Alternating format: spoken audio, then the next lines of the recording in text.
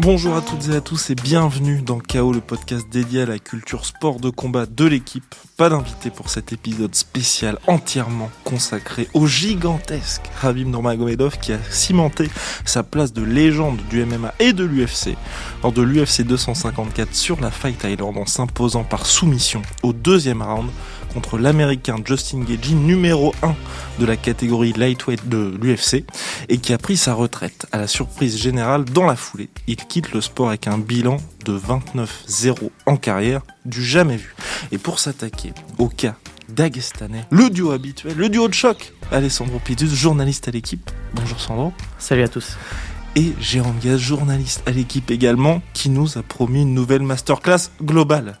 Bonjour Guillaume, bonjour Sandro, bonjour à tous. Et je suis Guillaume Tissot, toujours ravi, honoré d'animer ce podcast. Au programme du jour, donc recap de cette UFC 254, mais aussi questionnement sur la place de Khabib parmi les plus grands de tous les temps. KO saison 3, épisode 1, c'est parti.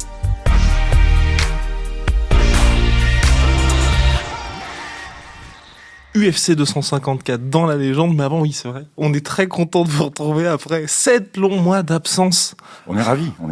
C'était très long. Plaisir, ça a manqué beaucoup. Eh oui, exactement. Et donc là, voilà, podcast spécial parce que dans la légende, Khabib Nurmagomedov qui prend sa retraite pour la première fois sans son père, /entraîneur, /mentor, Abdulmanap Nurmagomedov pour l'accompagner dans sa préparation. Abdulmanap qui est décédé, rappelons-le, des suites du coronavirus l'été dernier. Khabib a peut-être offert sa performance la plus impressionnante tout simplement dans la cage de l'UFC. Il a encaissé sans broncher face à Justin Gaethje, n'a jamais reculé, a imposé une pression incessante et finalement, il a réussi à endormir Justin Gaethje par triangle choke au deuxième round. Jérôme, qu'as-tu pensé de cette performance ? Je l'ai trouvé phénoménal, comme tu l'as très bien dit. Il a été incroyable, de détermination. Dès son entrée dans la cage, il a marché littéralement sur Gaethje. Après la petite première minute d'observation, bien naturelle, il y a quand même une ceinture en jeu, c'était champion contre champion, l'intérimaire contre le tenant. Il a cadré parfaitement Gaethje, il ne l'a pas lâché d'une seule seconde. Et il a été extraordinaire. Moi, je trouve que c'est sa plus grande performance en termes de détermination, d'investissement. Il n'a pas cherché à s'amuser un peu avec son adversaire, comme il a pu le faire avant, c'est-à-dire jouer un peu au chat, à la souris. Parce que Khabib, c'est quelqu'un... En fait, c'est un incompris. C'est quelqu'un qui est très fort en striking, qui est très fort debout. Il a beaucoup progressé, ouais. Et depuis ses débuts. On lui présente toujours ses facultés de grappling et de sol, de jiu-jitsu. Et en fait, le gars est quand même super fort debout. Il a pris des parpaings de Gaethje, il n'a pas bronché ou à peine, sa tête a à peine bougé. Il a été très impressionnant. Et d'habitude, dans ses combats, il aime bien donc jouer au chat et à la souris, prouver qu'il peut tenir le striking. Là, il a vraiment cherché à finir le combat très très vite. Et ça, d'ailleurs, ça s'est terminé au deuxième round à 1:38. Voilà, il a été, pour moi, vraiment très très impressionnant, monstrueux. Et Sandro, on parle souvent de la brutalité un peu de Khabib Nurmagomedov avec ses terribles ground and pound, donc ses frappes au sol. Mais là, c'est vrai qu'il a terminé le premier round avec une tentative de clé de bras. Il a fini ensuite sur une triangle choke parfaite. C'est vrai que son JJB était aussi très impressionnant, donc jiu-jitsu brésilien. C'est vrai que la manière dont il a finalisé ce combat, c'est assez impressionnant parce que le triangle, comme tu l'as dit, c'est plutôt une prise qu'on fait, qui est plus facile à faire quand on est sur le dos, quand on est soi-même sur le dos. Là, il était en position dominante, il a réussi à passer son pied, à bloquer le bras de Gaethje et à placer ce triangle qui est absolument extraordinaire. Placer cette soumission-là face à un combattant comme Gaethje qui a quand même un certain niveau de lutte, même si je pense qu'on va en reparler, il n'a pas été top dans ce domaine. C'est quand même assez impressionnant, mais c'est vrai que ce qu'a dit, je suis totalement d'accord avec ce qu'a dit Jérôme, c'est un striker exceptionnel. Il est devenu très très très bon. C'est pas forcément le plus beau en termes de style, c'est vrai que ses gestes sont pas très élégants, mais il est très fort et les stats le prouvent parce qu'en fait il a donné il a tenté 2 fois plus de coups. Je crois qu'il a frappé à peu près, j'ai pas les chiffres en tête, 80 fois. Et il a touché, 26 sur 80. Et Gaethje a tenté, je crois, 50, une quarantaine. Et il en a mis à peu près le même nombre de coups portés au visage, notamment. Mais au final, moi, ce qui m'a le plus impressionné, c'est vraiment cette pression qu'il a mis. Ça a mis, comme tu l'as dit, 1 minute. Et puis au premier low kick, c'est-à-dire coup de pied sur les jambes, il s'est enclenché et il ne l'a plus lâché. Et c'était impressionnant parce que Gaethje a quand même essayé d'envoyer beaucoup de coups, mais il n'a jamais réussi à le faire reculer.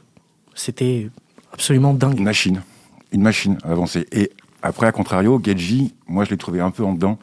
Je l'ai trouvé en panique, en fait, dès qu'il arrivait dans la cage. Il avait une énorme pression, évidemment, c'est normal, mais il se l'est mis un peu tout seul.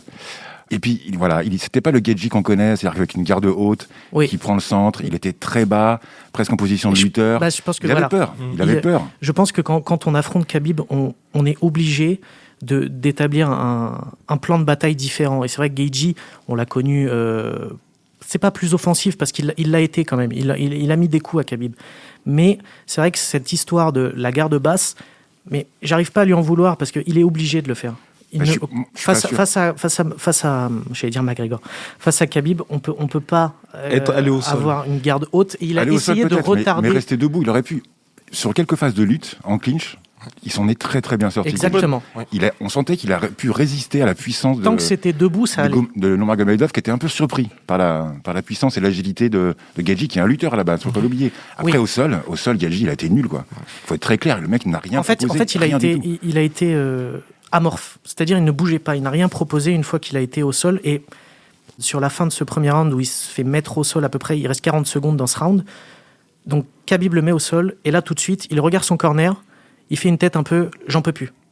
Et donc il reste amorphe sans trop bouger en attendant la fin du round pour récupérer, parce que je pense qu'en fait il était déjà en train de puiser dans ses réserves. Il était cramé à 3 minutes du premier round. Parce il était déjà épuisé de cette pression. Voilà, exactement. La pression de Khabib, d'essayer de lui échapper.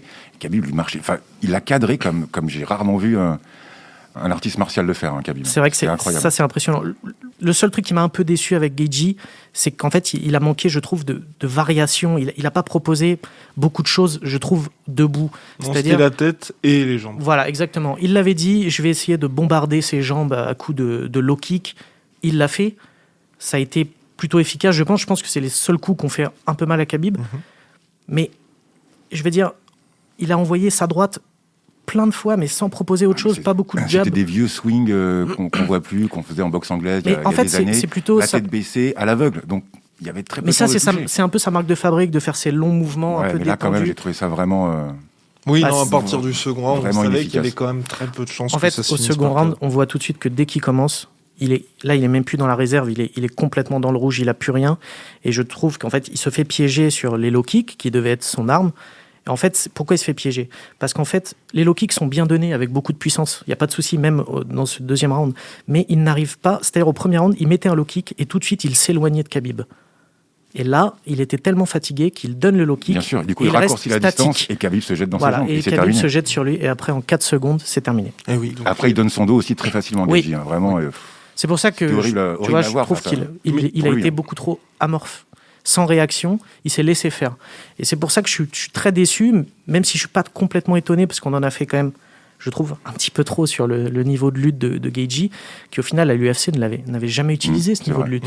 C'est un bon lutteur NCA, on le sait, il était Division 1, donc il faisait partie des meilleurs des États-Unis, mais il n'était pas préparé pour ça.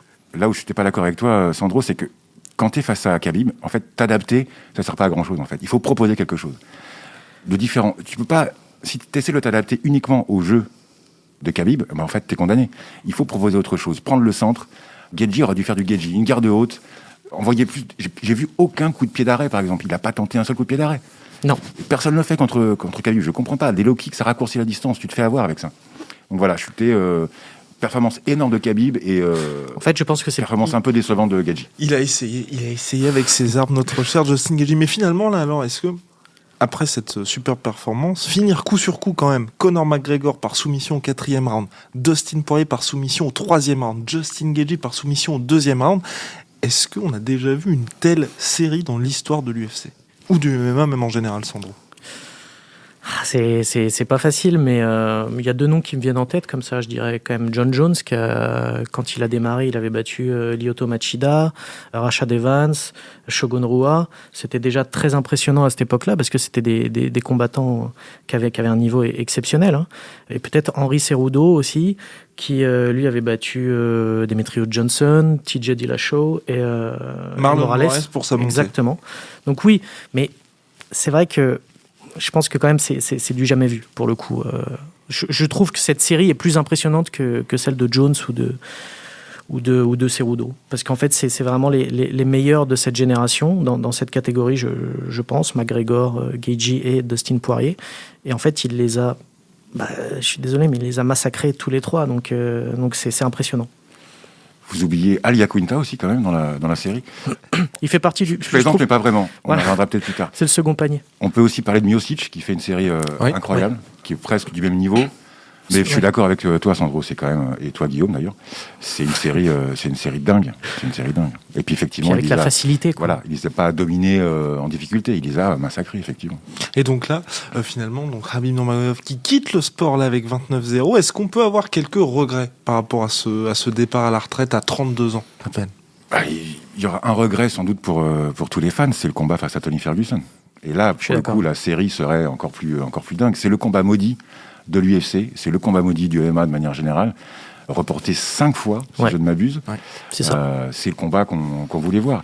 Gaethje a écrasé Tony Ferguson, mais Ferguson avait fait un weight cut de je ne sais pas combien de semaines, il en a fait 2 de suite, donc il était, à mon avis, pas vraiment à son niveau. Et voilà, Ferguson-Khabib, c'est le combat qu'on aurait voulu voir. C'est le combat qu'on aurait voulu voir, mais il y a peut-être 3 ans, tu vois. Parce que je pense que Ferguson, maintenant, il vieillit, comme tout le monde, voilà. Mais je pense que cette défaite face à Gaethje va lui faire très mal sur sa fin de carrière. Mais c'est vrai que c'est un combat qu'on aurait voulu voir il y a 3 ans, parce que, on va dire, stylistiquement, c'était quelque chose qu'on aurait voulu voir vraiment. Je suis d'accord avec Jérôme. Le seul petit truc peut-être qui manque à Khabib, même si je suis pas sûr que c'est vraiment d'être champion dans 2 catégories. Je pense que ça aurait été quelque chose de très très très fort aussi. Et malheureusement, il ne le fera pas. Il sera resté juste champion des légers. Voilà, je pense que c'est un petit truc qui manque, parce qu'au final, McGregor l'a fait, Cormier l'a fait, Nunes l'a fait chez les femmes. Lui, non, alors que je pense qu'il avait largement les capacités de le faire. Il a manqué un peu de fréquence aussi, peut-être, de combat. Il a fait 4 combats en 2 ans et demi. Bon, combattait pas assez souvent. Après, il y a eu l'histoire de la suspension, donc qui a un peu freiné à ce moment-là, après son combat face à McGregor. Mais c'est vrai qu'il a pas beaucoup... Il y a un moment dans sa carrière, notamment quand il a commencé à être sur le devant de la scène, où il a beaucoup moins combattu.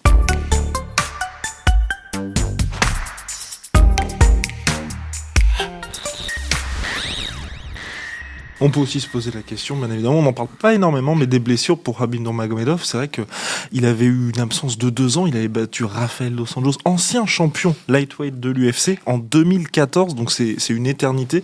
À l'époque, Conor McGregor n'avait pas de ceinture de champion, tout simplement, donc c'est vrai qu'il y a eu plusieurs Khabib Nurmagomedov aussi, et on peut peut-être se dire qu'il a été champion avant même d'avoir tout simplement la ceinture, avec un règne certes court, mais ça fait très longtemps qu'il était à l'UFC. Donc là, on va se poser la question de l'héritage de Khabib Nurmagomedov, donc qui a pris sa retraite après une promesse faite à sa mère. Après 3 jours de tractation, il a finalement obtenu de sa maman de pouvoir faire un dernier combat à l'UFC. Ensuite, il a dit, ça y est, j'ai fait une promesse, je ne reviendrai plus, je ne me voyais pas poursuivre sans mon père. Et donc Dana White, président de l'UFC, qui n'hésite pas à considérer Khabib Nurmagomedov comme le plus grand de tous les temps en MMA. Alors pour vous, est-ce que son règne donc d'avril 2018 à octobre 2020, donc qui a commencé par une victoire contre Al Iaquinta à Brooklyn, qu'avez-vous pensé de ce règne Khabib Nurmagomedov à l'UFC? Est-ce que vous avez aimé cette domination, Sandro? En fait, au début, en fait, je vais être clair. Au début, j'ai pas du tout aimé son début de règne. En fait, je trouvais que c'était un combattant qui m'ennuyait un peu, je le dis. Mais en fait, c'est marrant parce que, contrairement à certains sports collectifs où, quand une équipe commence à dominer, on adore le début de règne, et puis après on s'ennuie et on veut absolument qu'ils perdent, avec Khabib, ça a été l'inverse. C'est-à-dire qu'au début, je trouvais ça un peu insupportable, parce que je trouvais que c'était trop facile. Et en fait, avec le temps, et comme l'a dit Jérôme, il s'est tellement amélioré aussi dans des domaines où on pensait qu'en fait, il ne valait pas grand-chose, et en fait, il était très fort. Mais en fait, ça m'a fait apprécier ce règne. Et j'ai trouvé que c'était dominant, parfois un peu trop dominant. C'est vrai que c'est dommage. Je trouve le seul truc où j'aurais voulu voir, c'est vraiment un combat où il aurait été... Voilà, exactement. Juste une fois pour voir. Et on l'a jamais vu. C'est ça qui est dommage. Et pourtant, c'est pas sa faute, parce qu'on lui a proposé tout ce qui était possible en termes d'adversaire. Et en plus, il a fait des efforts pour justement ne pas aller qu'au sol, rester debout. Oui, et même debout, on a senti que même s'il aurait pu gagner en restant debout, en fait. Oui, et c'est ce qui s'est passé. Contre Gaethje, je veux dire, psychologiquement, ça a dû être très dur pour Gaethje, parce qu'il mettait des tartes incroyables. Et il ne réagissait absolument pas. D'ailleurs, c'est un combattant, il faut le rappeler, qui n'a jamais saigné à l'UFC. Il n'a jamais saigné. Il n'est pas humain, en fait. Je crois qu'il n'est pas un homme. Mais son règne est incroyable. Malheureusement, un peu court, je trouve. Dans les stats, c'est ça. Ça a duré un peu plus de 2 ans. C'est dommage, mais c'est un règne qui est unique et d'une domination totale. Je crois qu'un jour, il s'est coupé un orteil, il a un peu saigné sur Voilà. Mais c'est l'octogone, mais je ne suis pas sûr.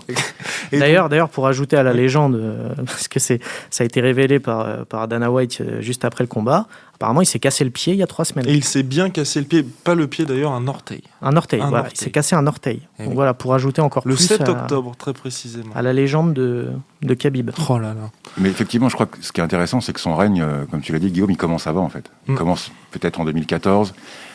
Et déjà, on l'annonce très tôt, 2015, 2016, on dit déjà, voilà, il va être énorme, on va le faire progresser un peu lentement. L'UFC aurait peut-être pu accélérer les choses, le faire grimper dans le ranking, mais voilà, donc son règne finalement est assez court. On retiendra qu'il a été ultra dominant. C'est ça qui reste, effectivement, un peu. En fait, c'est l'équation impossible à résoudre. C'est-à-dire que dès le début, quand il est arrivé, on a dit, oh là, attention, ce combattant-là, ça va être très difficile de le stopper.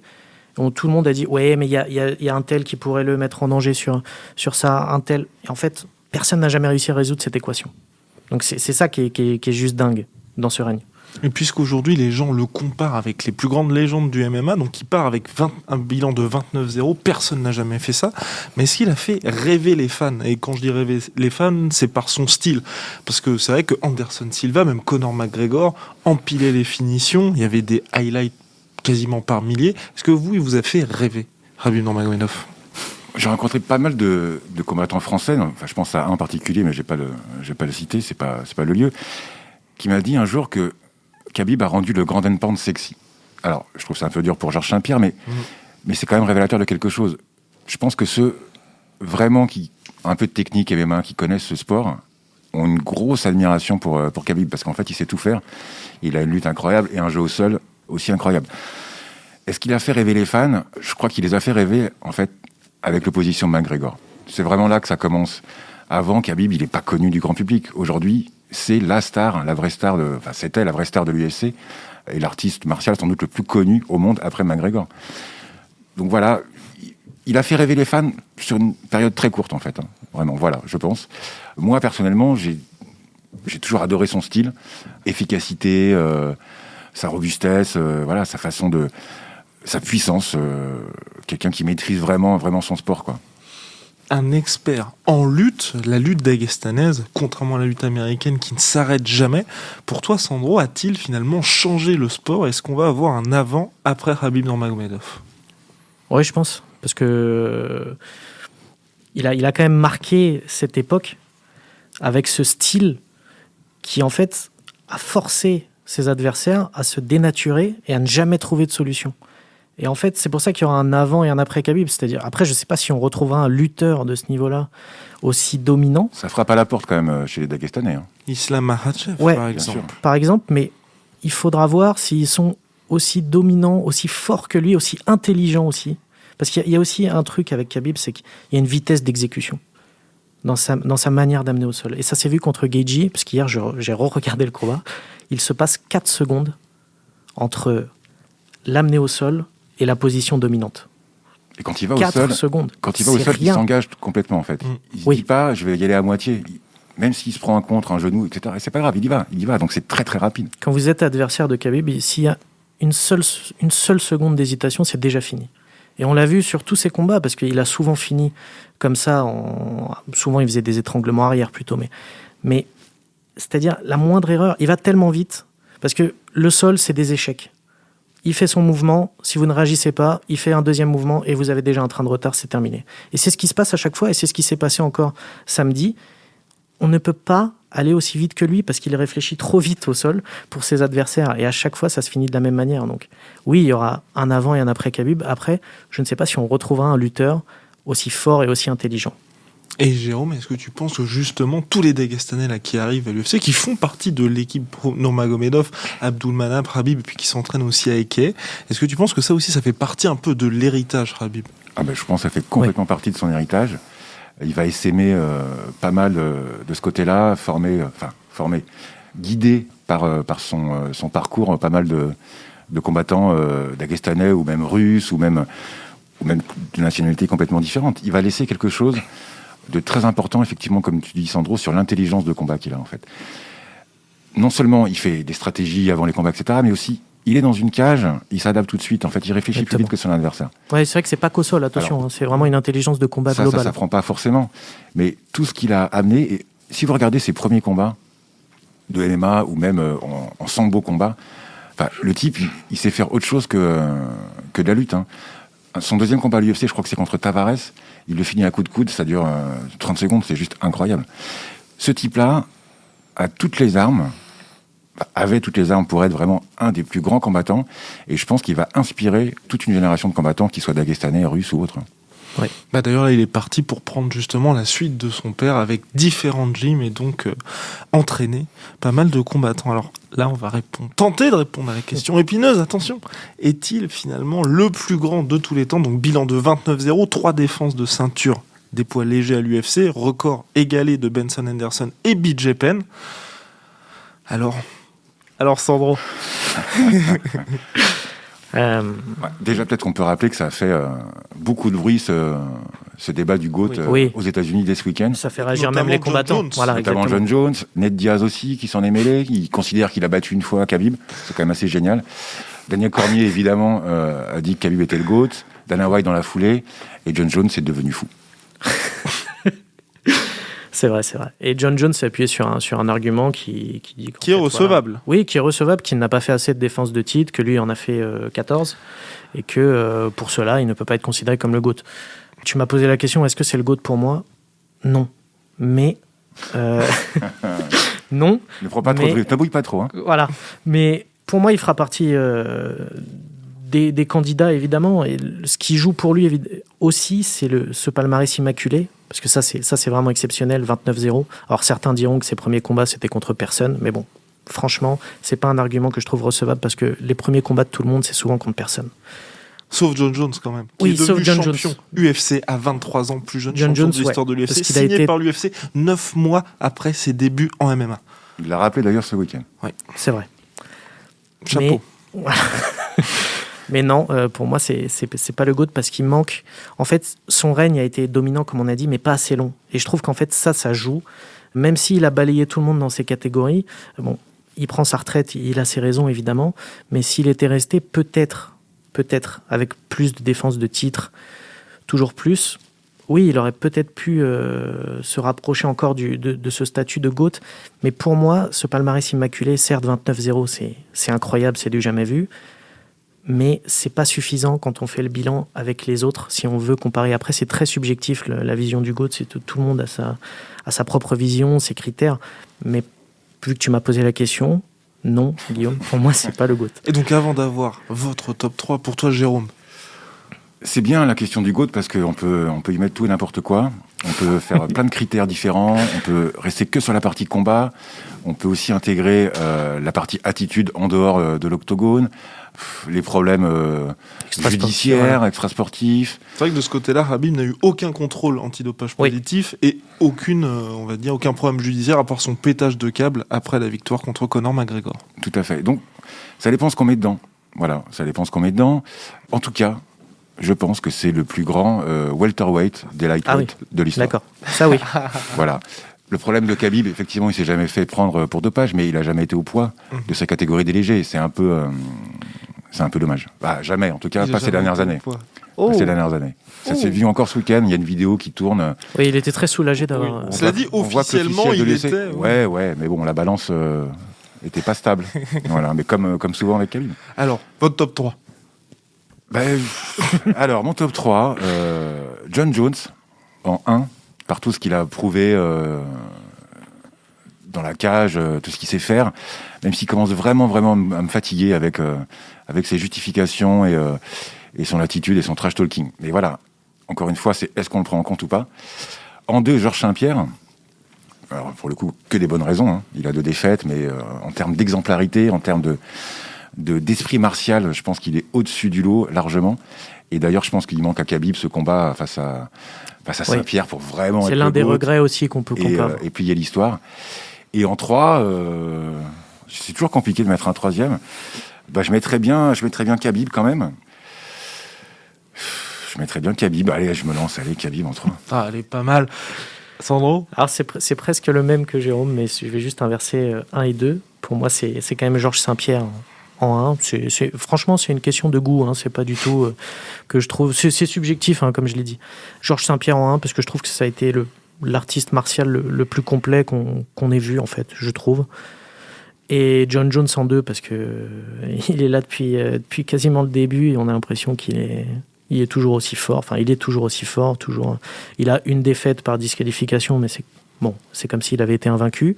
En tout cas, dans la cage, il n'a jamais été vaincu. Donc, ça, c'est impressionnant. Puis, il y a cette longévité avec John Jones. Ça, c'est vrai. Lui aussi est très complet, mais comme je l'ai dit, c'est une question de goût.